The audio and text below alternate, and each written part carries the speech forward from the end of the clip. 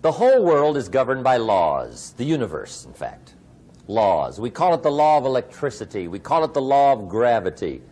There's mathematical laws, there's physical laws, speed and velocity laws, agricultural laws. There's all kinds of laws. Now that we find ourselves on the spinning planet, you just have to learn what I call the setup. Learn the setup. Life's setup. Now, we didn't set it up, but we're here, so you got to learn it. And we should learn the setup for two basic reasons. Number one, to keep from getting hurt. It's one of the major reasons for learning, so you won't get hurt. See, economically, socially, personally, you can get hurt just not knowing. Ignorance is not bliss. Ignorance is poverty. Ignorance is tragedy. You got to know, or you're going to get hurt. It's good to know not to walk out the 10-story window. That's excellent information. Now, what if a guy didn't know and he walks out? Now he's dead at the bottom. Somebody says, well, the poor guy didn't know. You got to know, or you're going to get hurt. Okay. Now, here's a parenthesis. You don't have to like the setup. I don't ask you to like how it is. That's not what's important.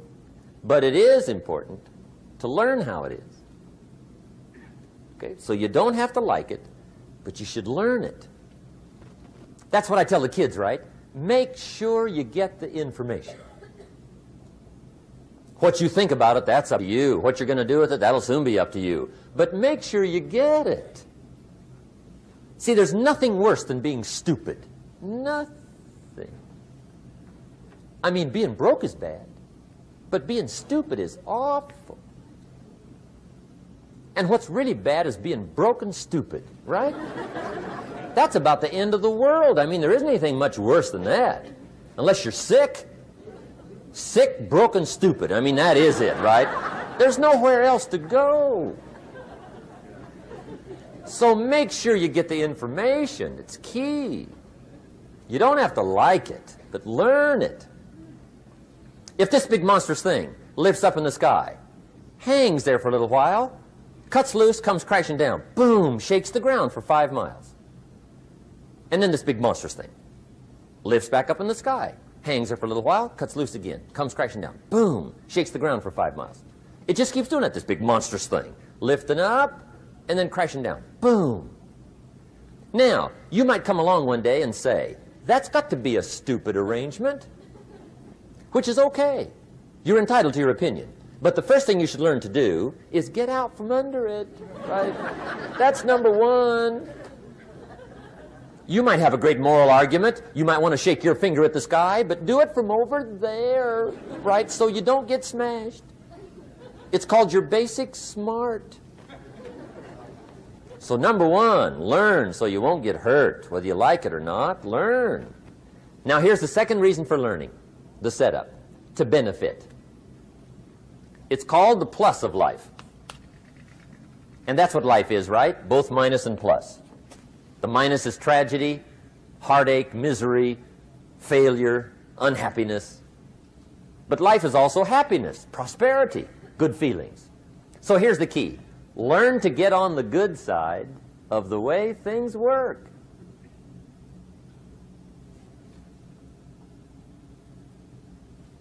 Now, here's two of the basic laws, and we'll take our break. Shof taught me these.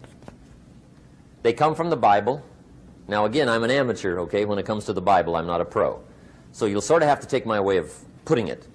But here they are. The first one is the law of use. The law of use. And it goes something like this. Whatever you don't use, you lose. Lack of use causes loss.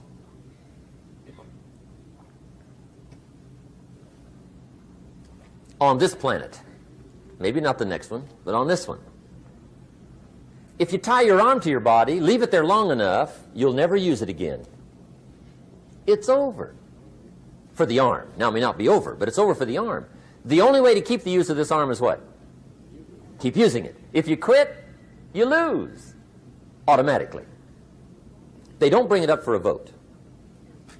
You lose automatically when you quit. Now, the same thing that goes for your arm goes for your brain, mentality. The same thing goes for all the human virtues. Ambition, unused, declines.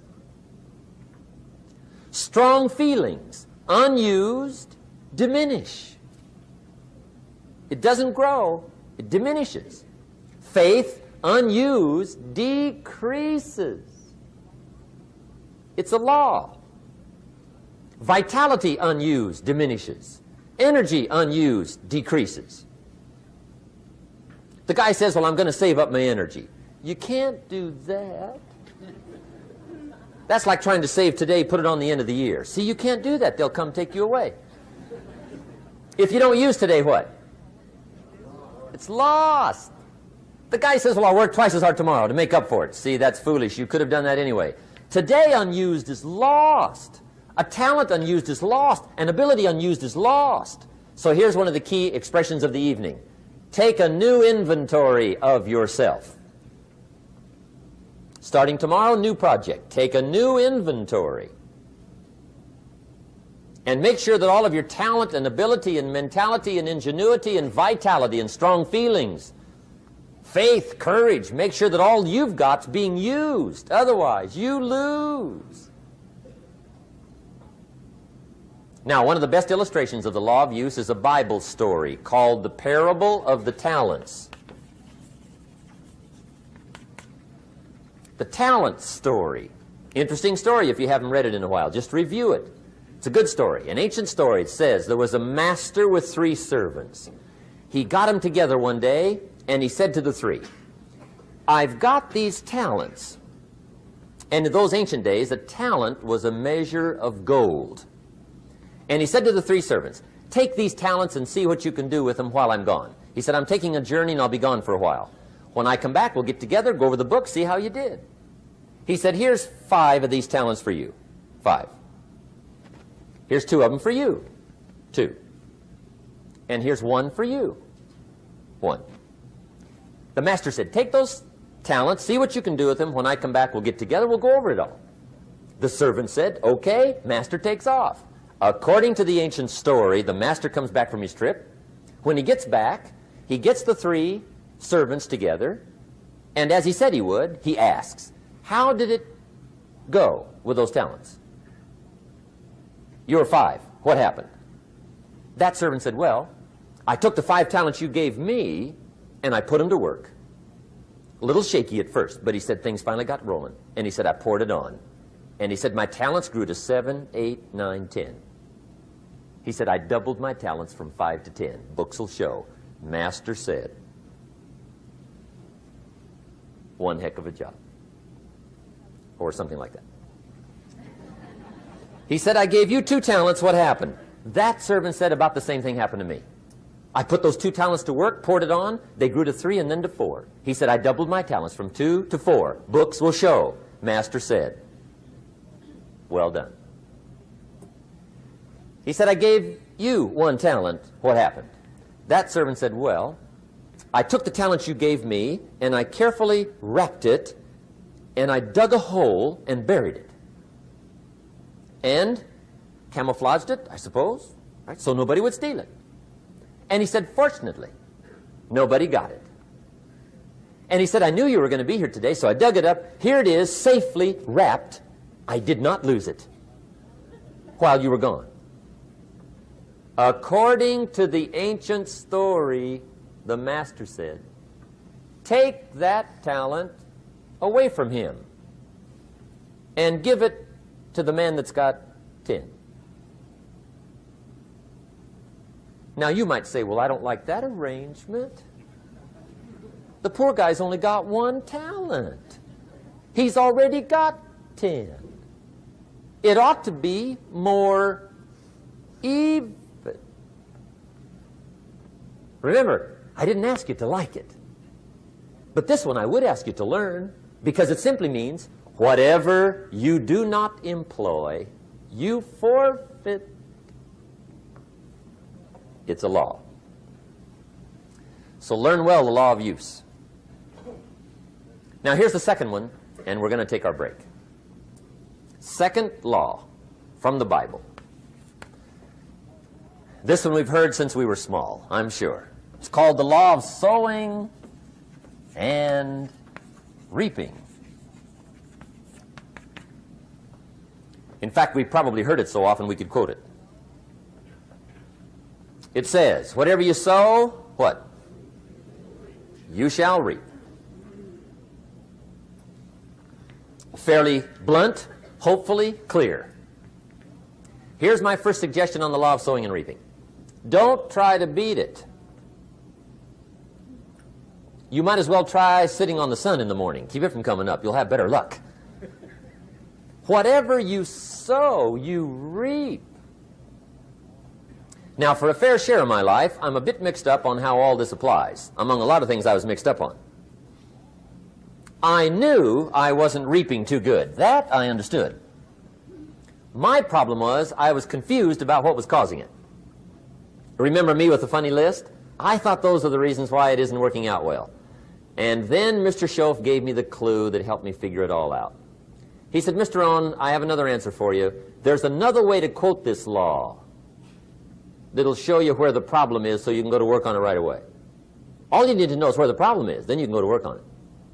So he quoted me the law another way, and I found out what my problem was. Here's the way you quote the law.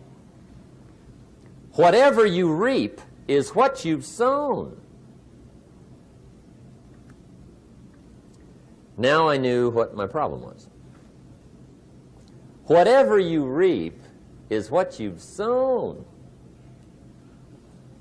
If you don't like the crop, who do you look up? Answer, whoever planted it.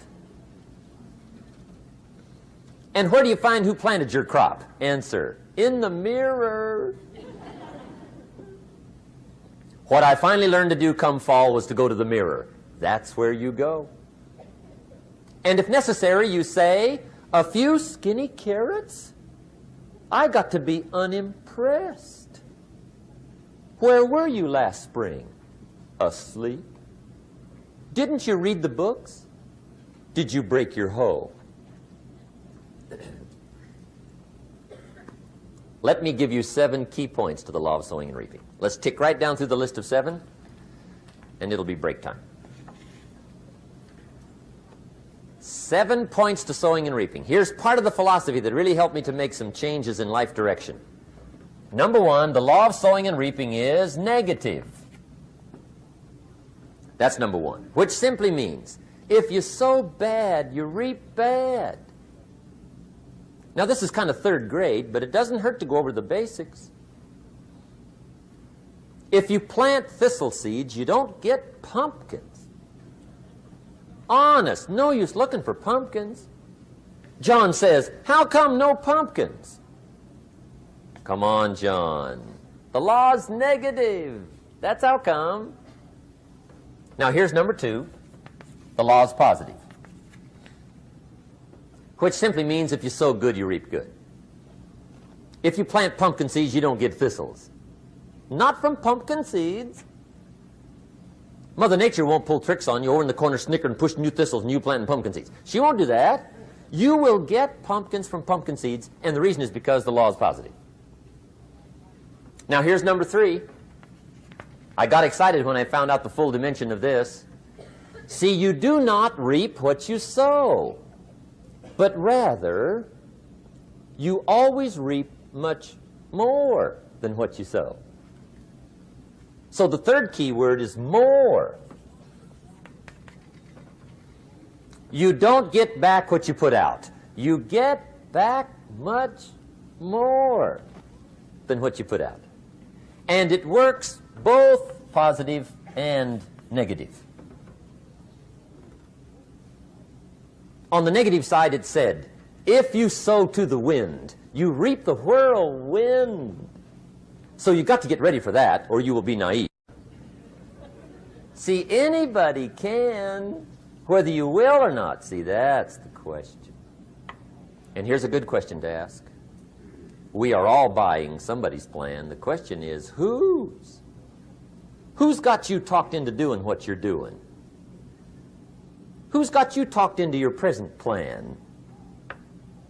See, 10 years from now, you will surely arrive. The question is, where? But see, anybody, if you want to, can go searching for a good plan, pick it, and start working it. And sure enough, as the time passes, as it surely will 5 years from now, 10 years from now, then you'll be winding up wearing what you want to wear, driving what you want to drive, living where you want to live, become what you want to become. But now's the time to fix the next 10 years. And who can? Anybody. Here's number 6.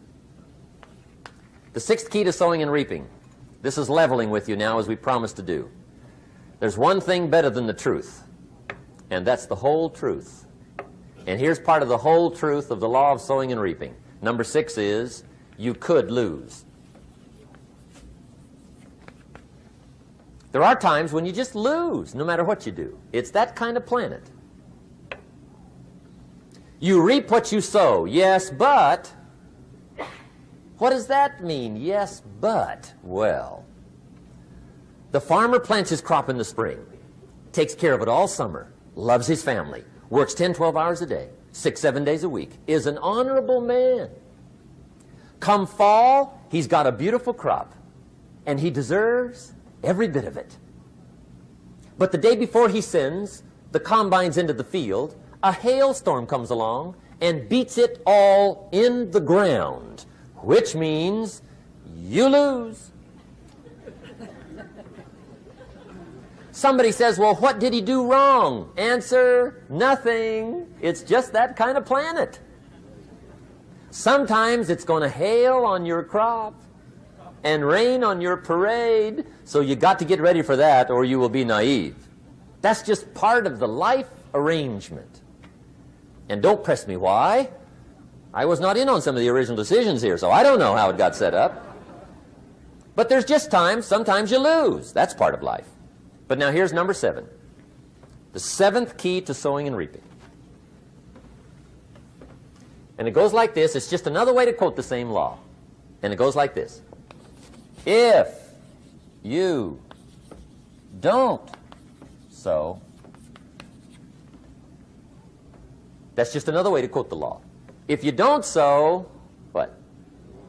You don't reap. You don't even have a chance. So if you looked at your game plan tomorrow, you might come to the quick conclusion, I got to get some sowing going. How true. Get you some sowing going. And remember, you've got plenty of time. You've got all the time there is. Some people spend enough TV time to make a fortune. The latest article on television watching in this country, according to the latest article, the average television is on in this country in every household 7 hours a day, called the Big 7. I asked a guy one time what his TV cost. He said about $450. I said, you forgot to look at the price tag. He said, what do you mean? I knew he was a TV watcher. I said, that television costs you, in my opinion, at least $12,000 a year. To watch it, not to own it. Owning it's cheap. Watching it is what's expensive. And I said, hey, $12,000 a year is too much to pay to watch TV. That's too much. Pay a little, but not $12,000. And he's the guy that said, I hope pay TV never comes.